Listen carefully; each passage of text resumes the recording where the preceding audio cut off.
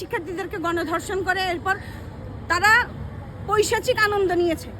ছাত্রদল কি করেছে গত 13 বছর ধরে ছাত্রদল যে এইভাবে ছাত্রলীগ এইভাবে যে আমাদেরকে অত্যাচার করলো, তখন ছাত্রদল কেন আসেনি আমাদের খোদা হয়ে? নাউজুবিল্লাহ, আমাদেরকে বাঁচাতে কেন আসেনি তখন তারা? এখন যে তারা বিবৃতি দিচ্ছে আমাদের আন্দোলনের কারণে তারা বিবৃতি দিতে পারছে, নয়তো আরও তাদের গর্তেই থাকতে হতো। তারা গর্তেই থাকতে অভ্যস্ত ছিল। আর মানে ওই যে বললাম না, চর্চা না করতে করতে মানুষের যে কথা বলার ঢং সেটা কমে যায়। কিভাবে 39 বছর বয়সে একটা লোক ছাত্র থাকতে পারে আর সে এই ধরনের বিবৃতি দিতে পারে? আমার তো মনে হয় যদি অদূর ভবিষ্যতে ছাত্রলীগ বা ছাত্র শিবির কেউ আবার এই ক্যাম্পে, আপনারা তো বলতেছেন যে তলে তলে কেউ যদি তলে তলে আসলেই এজেন্ডা বাস্তবায়ন করে ছাত্রদলের, তখন সাধারণ শিক্ষার্থীদেরকে প্রয়োজন হবে তাদেরকে ট্যাকেল দেওয়ার জন্য।